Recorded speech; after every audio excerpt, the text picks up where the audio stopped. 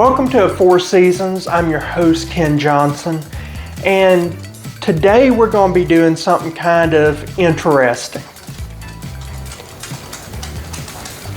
About a month or so ago, I did a crazy thing. I entered a Mead competition. Now, as I've said in a previous video, with competitions, I categorize competitions into two broad spectrums. One is for your ego. That's all it really does. And two is for economic reasons. So like, I've won multiple book awards. I'm an author. Why do I enter book awards? Is it because I need somebody to tell me that I'm good? No. You know, there's a lot of crappy writing out there. And so you'll see best-selling. And I think it was the guy that wrote Rich Dad, Poor Dad. He made a comment when somebody talked about how poorly his books were written. He said, it says best-selling on the book cover for a reason, not best written. So even he knew that his writing was crap, but he's really good at sales. And that's the whole purpose of being an author, is to sell books. Whether you want to admit it or not, you've got to do sales. If you don't do sales, you won't be able to get contracts for future books. It's just the nature of the business. Okay, another thing, I'm a heritage artist. I paint pictures on feathers. I have won awards for art. Why do I care about that? I know my level of art. No matter what you think of my art, I'm going to be at that level. So why do I care about winning an award? Because it's vetting. And so it's for sales. So I can increase my sales. So when you buy a feather from me, you might pay $500-600 for a feather with a picture on it. Well, it's from an award-winning artist. Same way that a library might order, a library system, not just one library, but most libraries are part of a system. So there might be 100 books ordered at one time, or if it's a school system, thousands of books ordered at one time because I'm an award-winning author. A lot of times, no other reason than the fact it's got an awards decal stuck on the cover when I do a showing to a potential buyer. Mead is a different category. I've said it before in a few videos. I've got my dog here. He's been walking around hiding a squirrel. So I mentioned it before in a few other videos. When I got out of graduate school, so I have an MBA. When I got out of graduate school, I was offered a loan for $350,000. And I was going to create a meadery. I felt that I was pretty good at it. I had a location where I could set up the meadery. I had some dealers that were going to give me some secondhand equipment fairly inexpensively. There were some farmers that I figured I could get some of my roots or adjuncts, so like pears and things of that nature. I could get those fairly inexpensively.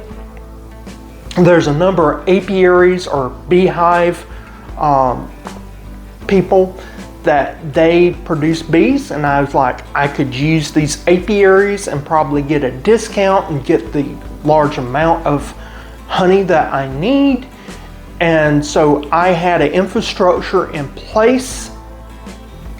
I went to the federal government and to see what was required at the federal level, with the idea that I would then talk to the state and do everything I needed to become legitimate as a mead producer, and that was going to be my business model.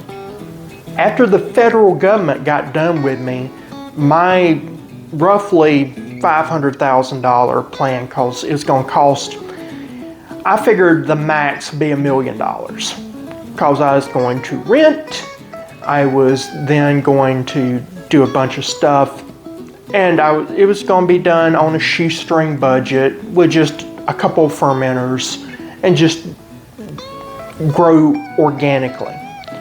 By the time the federal government and all their onerous regulations came into play, I was looking at 4, if not 6, separate properties that I had to own. I had to own the buildings.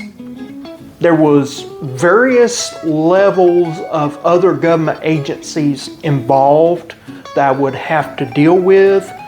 There was other issues I would have to contend with. It was at least a 4-year wait before I could make any sales off the alcohol. And that project, not taking into account the infrastructure, just all the compliance issues, was going to be a $6 million project just for compliancy. So I quickly realized you cannot affordably make alcohol in America. The government makes it impossible. Government regulation kills more businesses than anything else. It is not sales, it is not your accounting, it is nothing else. Government alone kills more great ideas than any other aspect of business. And I learned that firsthand. So me winning a mead award does nothing because I can't sell my meads. In fact, I couldn't even ship my mead to this competition using the post office because that's against the law. So I can't ship somebody alcohol through the mail that I made. I can ship everything that it takes to create the alcohol, but I cannot ship the alcohol I produced. Even though it's legal to ship meads that you make from your house to competitions be judged. So that is how contradictory federal regulations are. So with that said, I thought I would do a brief break here to show you what it was like just to package everything.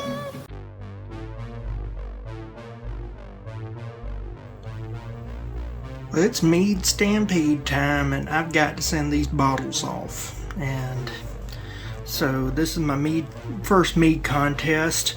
One of the things that you need to know is that it's against the law to send alcohol through the federal United States Parcel Service. Or Postal Service. So anyway, if you send it through the regular mail, you're in violation of federal law. That means that you have to use a private carrier, which increases the cost dramatically. So I've tried to make this as simple as possible for any imbecile that might be shipping, because I've had boxes that look like they were totally destroyed by both FedEx and UPS. Their quality has went downhill, and there's really no other competitors in the market. So this box, you can't see it here, but this is just a wine box, and it's it carries 12 of the 750 milliliter bottles. And this one was a raspberry rosé box that they were doing in. But basically, it's a local winery here that they're in Walton County. I'm in Santa Rosa, so 2 counties over, 45-minute drive. They have fantastic wines. They're called Chautauqua Vineyards. And what I love about them is that not only do you get great wine, you get free bottles to reuse, and they give you a free shipping container so you can enter Mead contests. Ha ha ha. With a nice little divider. So this is how I'm going to do this. First, we're going to take out this spacer here, and it all folds out super easy. I'm going to leave it like this for now. I'm going to take this out, and then you'll see what I do. Alright, now what I'm going to do is put a sheet of styrofoam in the bottom of this. That is just going to be a little bit of protection. Not much, but a little bit. On top of the styrofoam is going to be a sheet of bubble wrap. Again, not too much protection, but at least now you got a little bit of a cushion. Now on the sides, we're going to do the styrofoam. Okay, as the story of my life, that idea made it unnecessarily difficult. So there's limited tolerances here, and it just, these little grabber things did not like the styrofoam. But this will give a little bit of protection from the sides. So now we're going to do the next step. So next we're going to take some bubble wrap. And so the bubble wrap that I'm using is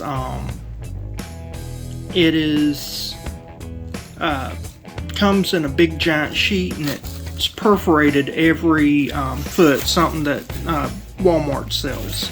I use my Harbor Freight scissors, cause nothing but the best, and I cut it in half. And then what I'm going to do is just kind of wad them up a little bit and stick them down in here, and that's going to be protective barriers for the bottom parts of the bottles. And that'll just kind of add another level of security here. Best I can do. Okay. So the way that this works is you're supposed to put your entry. Everybody has sent in 3 bottles per entry. You get labels. The labels are just to be printed out on regular paper and cut out. And then you're supposed to fix them with a rubber band. So having done many an egg roll in my life, what I'm going to do is turn this perforated styrofoam sheet that I got from Walmart, fold the ends on each other, and then tape it up. And I'll show you that in just a minute, okay? So that right there is one wrap bottle. I'm going to go ahead and do that to all of my entries. I've got 4 entries, so that's 12 bottles, and we'll go from there. Well, an hour later, we got all the bottles rubber banded, labels cut. Well, labels cut, the bottles rubber banded, then the bottles wrapped. Now the next step. Now, as you see, I've just wadded up some bubble wrap and placed that on top. Now we're going to do a layer of bubble wrap on this time. This time we're doing the opposite of what we did on the bottom. So the last thing we did before we set bottles in was put these in. So now you go in reverse. You put this in first, next to bubble wrap. Put the bubble wrap on top. Now you put this on top, and then tuck it all in, and then we'll close in the boxes. When I'm doing my packaging, I always take a piece of tape, and then I'll kind of press real hard and hold it in. That keeps the rigidity up. If that box is kind of open and flapping, you're giving more space for there to be wiggle room. And so I want to eliminate as much space as I can in this box to keep everything compacted. I'll run a seam along here, but then I've got these that would just make sure it stays good and contained. Flip this over, do the same thing, and this is again just to make sure that everything is compact. You want it to be as compact as possible because you don't want any rattling or anything of that nature. You actually can cause damage by having open space. People think, oh, I need more open space. No, you really don't. You just need good padding and it be compacted into a solid mass as much as possible. The next part of this sounds counterintuitive, but what I'm going to do is I flip this upside down. Now I'm going to take this, because even though it's glued, this tape that I'm putting there will only strengthen the bottom of the box and ensure that we're not going to have any problems whatsoever. Alright, everything is done. Time for me to go to the UPS store and pay way too much for shipping. And we'll see how we do.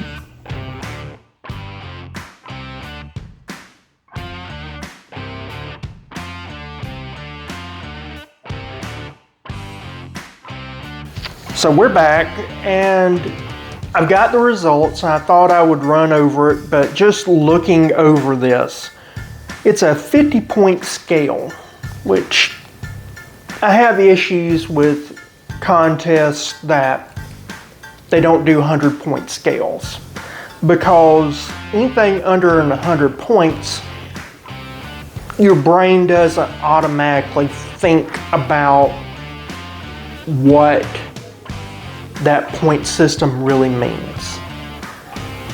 So looking at the point systems, bouquet and aroma gets 10 points. So that is, on a 100-point system, that would be 20 points, or 20% of the whole judging is just, how does it smell? To me, that, I find that to be a little bit too heavy. But I can understand that you smell, and based off of your smell, when you bring in taste, the smell will impact how your brain perceives flavors. Then 6 points, or 12% of the actual scoring, is appearance. So what they're looking at is color, clarity, legs, carbonation. So is it carbonated? Does it kind of stick to the glass? Can you read a newspaper through it? And do I like the color? 12% for that, I think, is too much. And when you figure out that you've got basically 32%, or almost 1/3 of your score for a wine is based off of something that has nothing to do with actually how it tastes, that is kind of bothersome to me. I've actually chaired a lot of awards, and then I've judged a lot of awards. So I've done, like mentioned, I did book awards. I actually chaired book awards as well, because I was so good with book awards that I actually took an administrative role. And so you've got to be fair about what really has some type of interplay, because, or value to what you're doing, because it should be vetting. If you're not vetting something, and you're not, saying the metal of something, then what are you really doing? It's kind of like we have a lot of people that come into Florida that are not natives, what we call transplants. And the number of transplants right now far exceed the number of natives. And so as a result, we have a bunch of transplants that have came in. They took over a lot of the government operations. And Also, a lot of the nonprofit operations like our county fair. It's mostly run by people that are not native, don't have anything to do with our culture, and so they're bringing in outside concepts or doing things how they see should be fit rather than mimicking the culture of the area. And I say that because they had a pickle judging contest. And in our culture, in Northwest Florida, if you judge a food item, you're talking about how good the food is. So when somebody has bragging rights and say, I won a pickle competition, everybody thinks, okay, that person knows how to make pickles better than everybody else. What they did instead, these people, when they come in, a lot of them have biases against Southern people. They think that we're uneducated. They think that we're dirty. They think that we're backwards. They have all these biases. And as a result, they did not want to judge a competition that was food-based, where they had to actually imbibe or ingest what was being produced in people's homes. Ironically, pickles are probably the safest thing that you could get from somebody to eat. So instead, what they did is they said, we're just going to judge how it looks. And so it was a useless contest where if you did win it, there was really no bragging rights. And the people that did win it, the natives, we just laughed at them going, okay, you made a pretty jar of pickles. You could have made a crappy jar of pickles. It could possibly be toxic, and it serves no purpose. So one critique with this, when you have 32 points out of 100, or 32%, not 32 points, but 32% of your points has nothing to do with the flavor, it diminishes what your contest is meant to do. And so with that, I would encourage the ones that are doing this contest to reconsider their point scoring. Anything more than 5% on your appearance and aroma, what are you really judging? So I'm just going to go over this very quickly, though. The rest, of course, out of the 50 points is flavor. So I think that having 2/3 be flavor and the other third having nothing to do with the actual flavor of the beverage concerns me.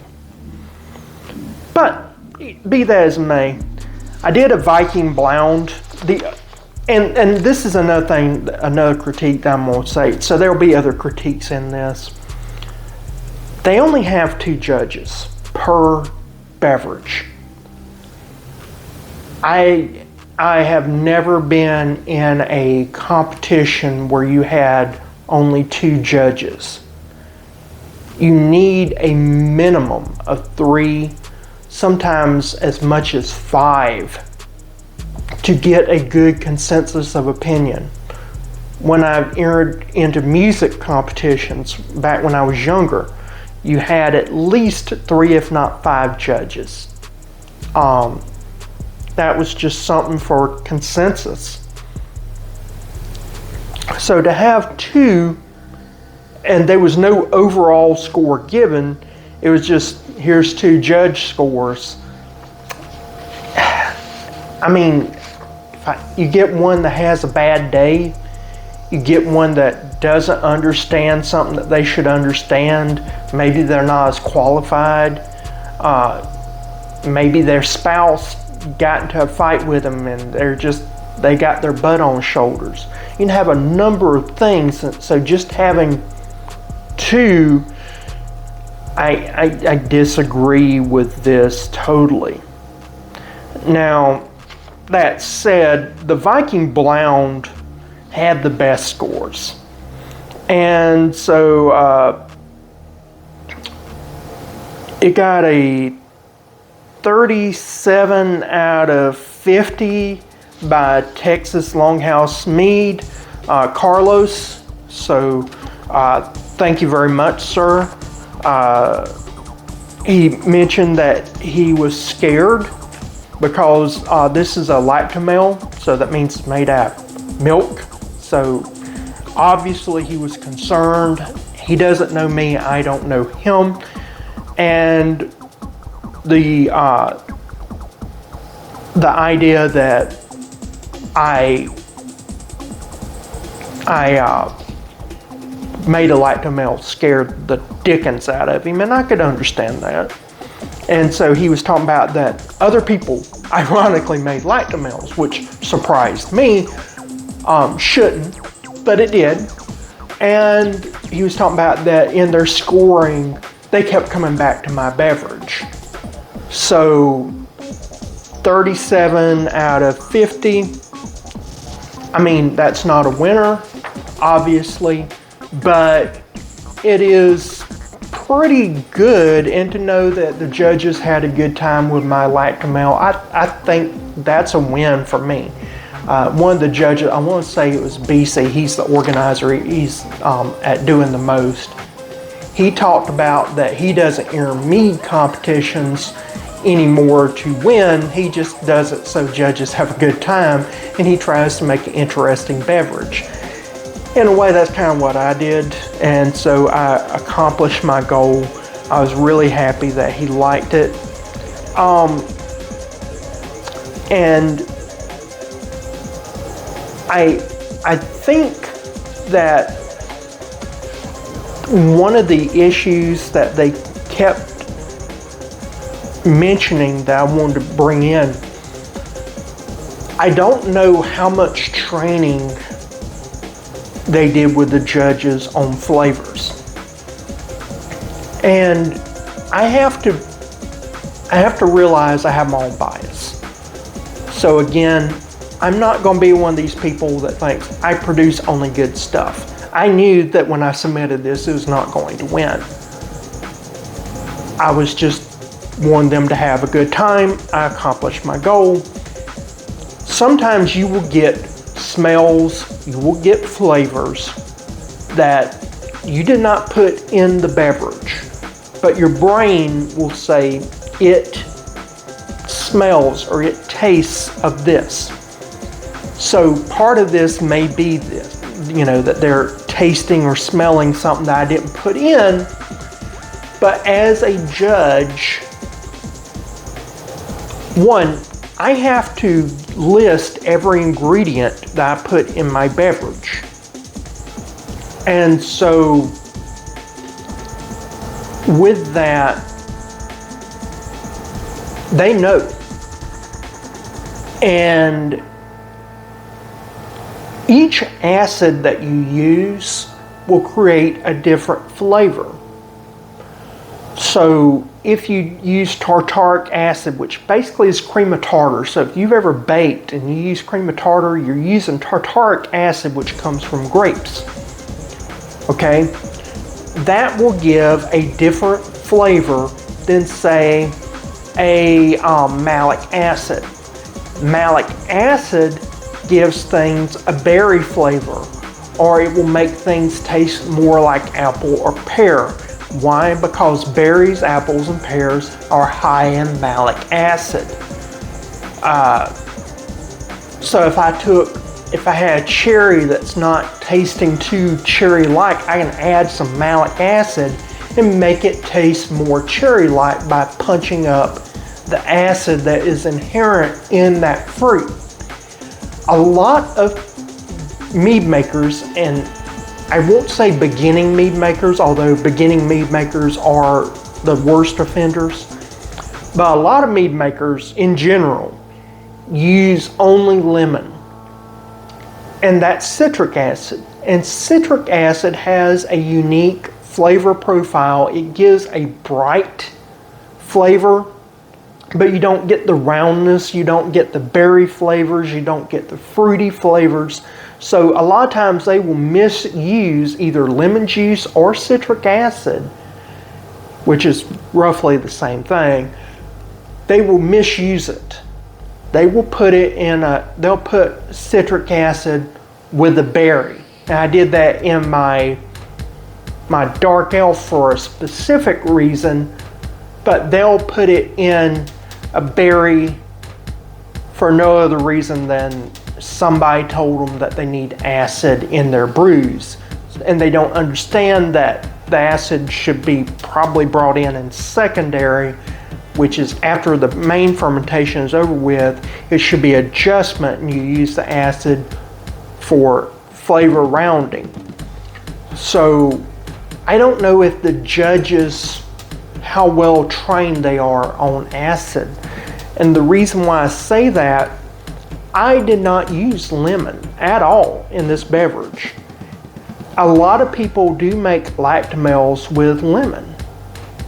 They will take fresh milk, put lemon juice, basically make a ricotta out of it, and then the whey that's produced, then they'll make the lactomel. And that's a way of doing it. I didn't do that. I used buttermilk. Buttermilk uses lactic acid. So the fact that these, and I've got William Ott also as one of the judges, and I only bring it up because both judges mentioned the lemon. That is something that they both mentioned. And there's other judges that did the same thing, so I'm not just calling out these two. It seemed to be across the board that they were lemon. And I'm like, if you know anything about acid profiles, lactic acid has a totally different flavor profile than a lemon. It could be that they smelt that strong acid smell and the fermentation and their brain said lemon. And if that's the case, absolutely 100% agree with that. Because if that's what they smelt and that's what they tasted, I can't argue with that. You get that. That's part of fermentation. But knowing that in the comments they were talking about lemon flavor, there should not be any lemon flavor at all. That lactic acid should have gave them a totally different flavor experience. And I don't know how well trained they are on detecting acids. And the fact that they knew, because they read out my list of ingredients and they still said lemon.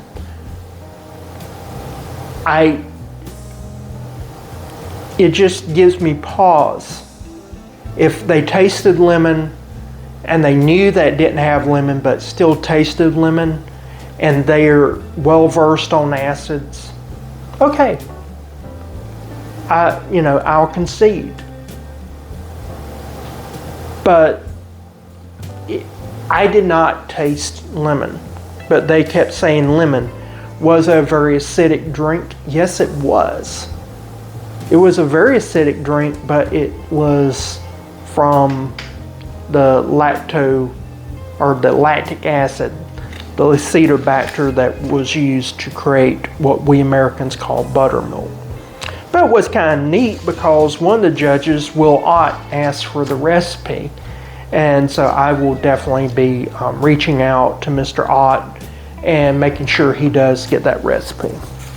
And so to both judges, I really do appreciate what you said. Once there was an intense lemon, slight cheesy flavor, lots of lemon scent, and a faint sour milk smell. So, and then he went to say that's probably the best example of a lactomel that he'd ever had. So, I mean, I really can't these guys were trying their best to make sure my feelings were not hurt, which you can't hurt my feelings. I have no ego. But I thought it was kind of neat. The other one, you know, he said that, you know, pleasantly surprised, and that they kept coming back for more, but again, lemon, and then talked about there was slight cheese curd taste. And then he also said smelt of lemon and sour milk. So I mean, I could get that scent because it was basically sour milk that I used. The cattle battle. So cattle battle, in case you didn't know, that was a very cruel, very cruel category that the judges came up with. And so basically they told us it has to be made out of pear, honey, chai, and vanilla. That's it. You don't know anything else about it. You don't know if it's a hydromel, you don't know if it's a sack, you don't know anything, you don't know if they oaked it, you don't know what they did or didn't do. And there's no other guidance. And basically the whole idea behind the competition is not to create the best mead from those ingredients, but instead to try to brew a brew that was like what they brewed. And that, I mean, even the judges after that, they was like, maybe it was a bad idea for us to do that. I found getting the ingredients to be difficult, especially with this administration and how they're handling the supply chain issues and seemingly not being involved in the struggles of Americans. Right now, I can't get the water that I need to do other mead shows. I've been waiting 2 weeks for the brand of water that I use, because if you know anything about mead making, your water is kind of like the backbone. It is equivalent to the French call their terroir. The water is so critical to mead production. It is kind of like our terroir. I can't get water now. So when they said pear, trying to get pear juice, oh, that was fun. Vanilla, I still can't get vanilla bean in Santa Rosa County. And at almost $5 a gallon for gas, you think I'm gonna try to go to Okaloosa or Escambia counties? Absolutely not. Amazon, useless. eBay, useless. No one has vanilla beans. I could have used Tazo and cheaped out. I didn't. I tried to do it the right way, what I consider to be the right way, not the way a lot of mead makers do on YouTube. And so that was hard. I had to order my cardamom from Sri Lanka because, one, I couldn't get it locally, so there was no cardamom to be found in my county. And again, I wasn't paying $5 a gallon to go to the next counties over and just to see if they might have it. There was none on Amazon, there was none on eBay, and I take it back, there was some, but what the cost was, I mean, really and truly, I could have driven to Alabama and got it cheaper than ordering off of Amazon. So I ended up having to order my cardamom overseas from Sri Lanka. That's the only way I could get cardamom. So these ingredients were near impossible to get. And it took a lot of effort to make this mead, especially in our economy with supply chain interruptions that we're having And again, the administration that seemingly couldn't care less about us. Overall, they basically said that it wasn't to style. That tended to be the same one. I had David and I had Mandy, which Mandy is with Faywood Meads.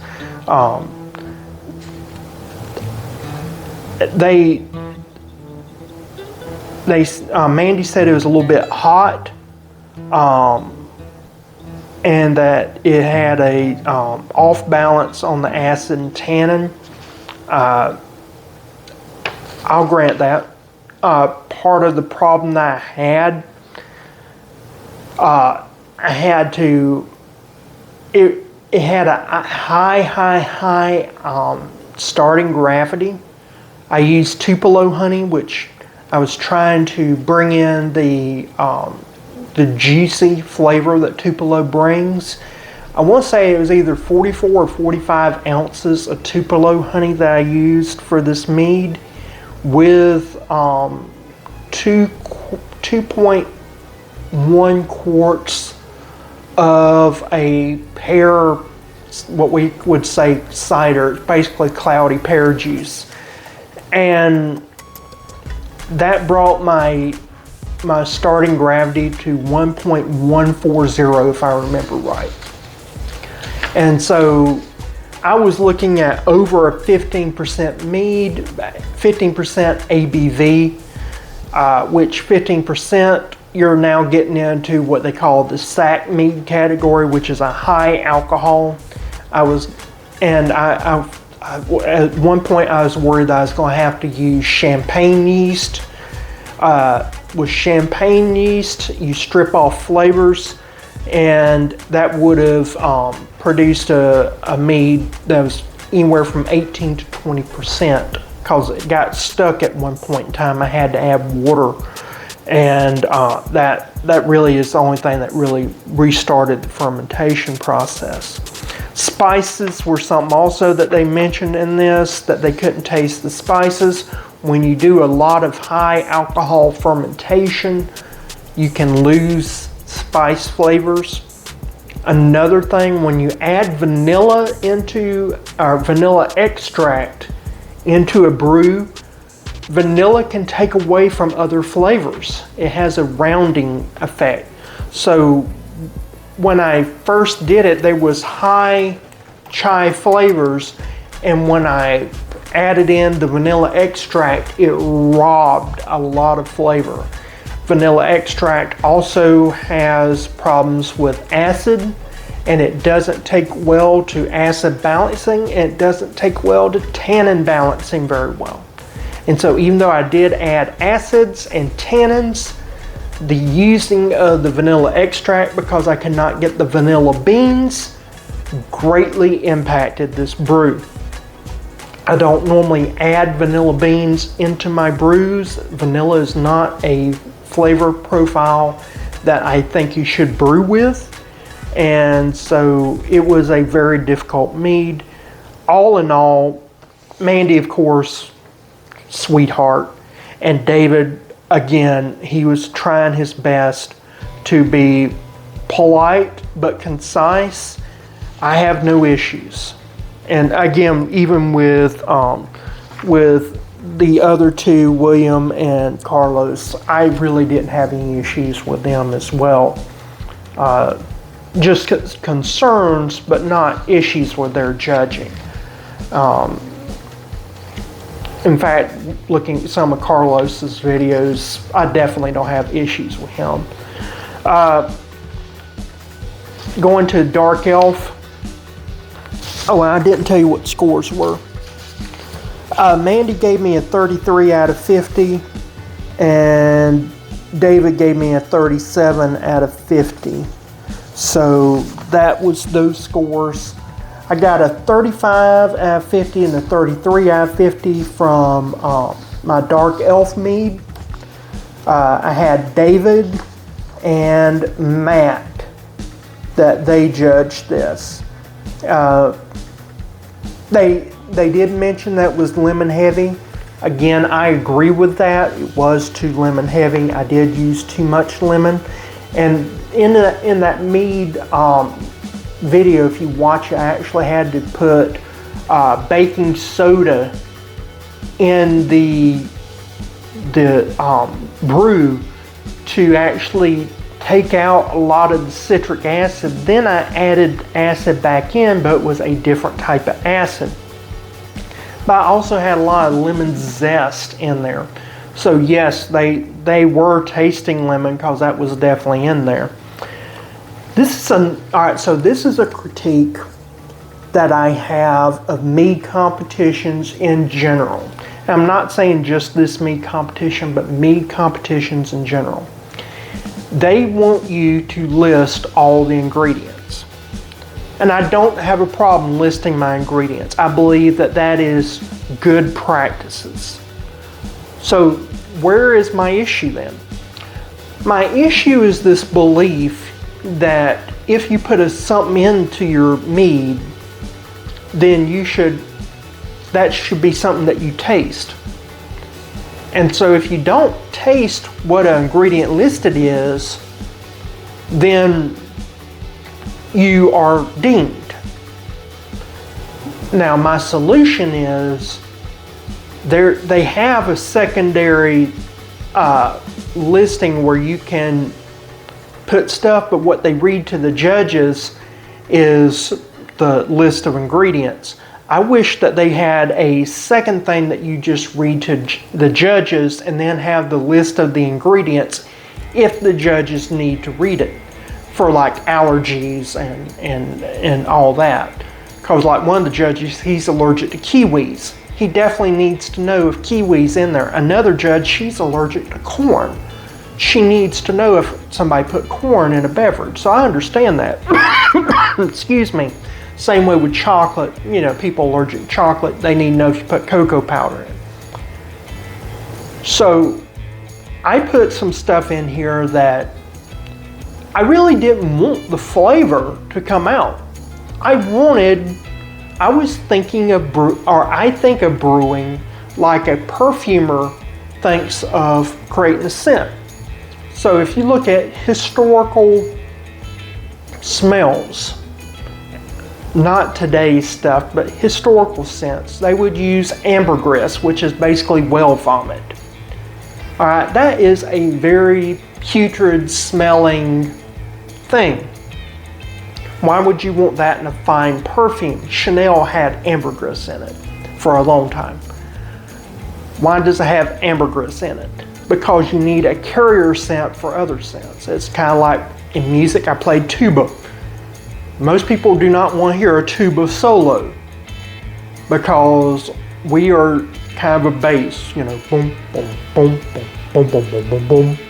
You know, that low woom, woom, woom, woom. So the flutes can do the doo-doo-doo and all that frilly stuff that everybody likes. Or saxophone do their off-key, sharp, you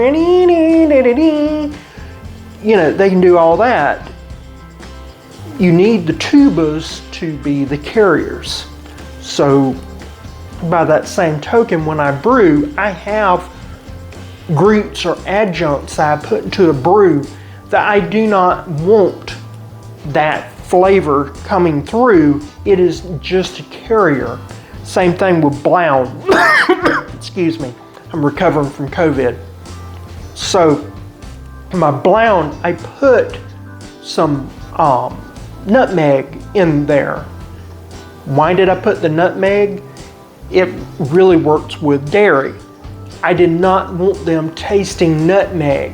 I just want it to be a little flavoring that you like, what is this? It really makes this dairy taste better. Okay, so in the future I may brew with a spice called asafoetida. Asafoetida, if you ever smell it out of the can, you will gag. It is, one of the names for it is devil's dung. So just to say it smells of crap is very apt. You only need a small little bit in a dish to make the dish go from very good to exceptional. And it only takes a little bit more to take it from exceptional to crap. So with brewing, I may do some asafoetida in my brewing, but trust me, you do not want to taste the asafoetida in the brew. And so a lot of these meat competitions, they have this wrong-headed, wrong-thinking idea that because somebody listed a spice, because it's mandatory, not because they wanted to list it and say, yes, I put this spice in there so you can taste it. It's not that. It's the fact we put it in the listing because it's required of us. I don't want you to know that I used it, not unless you need to know, but I definitely don't want you to taste it. And one of the things that I put in this dark elf was dark walnut. You don't want to taste dark walnut extract. Another one I put in there, black pepper. I did not want the heat of the black pepper, but I wanted the notes, and I finally got it, not to where I wanted it, but to some degree. But you shouldn't know that a beverage has black pepper, even though that's a historic spice for making meads. When you drink it, you shouldn't say, this tastes of black pepper. You shouldn't say it tastes peppery. There should be a note there going, what is that? So again, with this, I had David, I had Matt, and one of the scoring thing, they said that they wanted to taste the black walnut. I'm like, no, you don't. But again, they said it was lemony, and they had generally good scores for this. My Hydra Mel, this is one that I'm not going to say that my ego was hurt, because I don't have ego trips, but I have questions. I have serious questions. So I had Stephen, who gave me a 30, and I had Conrad Wheeler, who gave me a 38. So, I mean, one basically has given me a 76, and no one has given me a 60 on a 100-point scale if you did it 100 points. So I'm like, okay, this Hydra Mel is to showcase the gallberry. And gallberry is a unique varietal. And one of the things I always hear mead judges complaining about is that mead makers do not give them unique varieties. And throughout these scorings, almost no one gave any talk about the honey, which surprised me. No one talked about the honey. You would think in a mead competition they would say something about the honey that you used, that honey should be elevating something. It should serve a purpose. There is interplays from honey. So to say, maybe you should back down your spices because I can't taste honey, or maybe this is the wrong honey for you to use. There was no, on any of these, any discussions about the honey, which is a huge critique that I have, because if you're not talking about honey in a mead competition, what are you really judging? Because mead is a honey wine, basically using contemporary language, since we have forgotten what a mead really is. So they talk about that they thought it should be sweeter. That's another thing. I wish the mead competitions would have some type of hydrometer reading, final hydrometer reading, to say what is semi-sweet, what is sweet. They don't. And so some of the comments that we had was, that the sweetness level was not at par with what they thought it should be.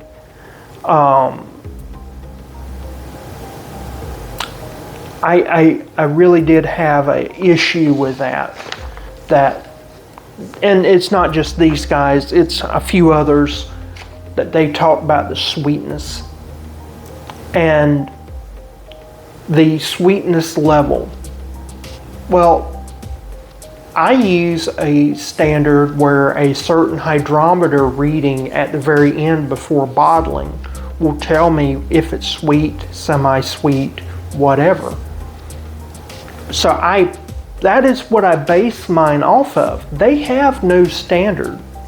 They're just perception. And so what I consider to be a semi-sweet or sweet wine, by using other industry standards, using a hydrometer reading, which you can then equate into bricks, which is how you actually measure sugar. So basically creating a brick standard is what you need. And they don't have one, so I was producing something to what I said it was, and they are saying it needs to be sweeter. I'm like, if I made it sweeter, it would no longer be that standard, but yet you're dinging me and saying that I'm not to standard. So I think their lack of standards and me trying to adhere to standards created a conflict that is needless. So you can easily score something using a brick standard. I mean, we all do mead competition, or not mead competition, but make mead. So we have hydrometers. You can take a refractometer if you want to for sugars. There's all these different ways that you can check for your sugar and see if something is to a standard, and to say that it's not when it was crafted there then leads me to wonder, maybe there is, yes, the onus could be on me, but then I wonder if the level of instruction and acumen of the judges in that field is, an issue. So that's something that I had concerns with. And again, this can be for any competition. You always have these issues, but I would politely suggest that they create some type of standard. But that's the results. I just want to thank you for watching. Hit that like button, share, subscribe. I'll see you again next time.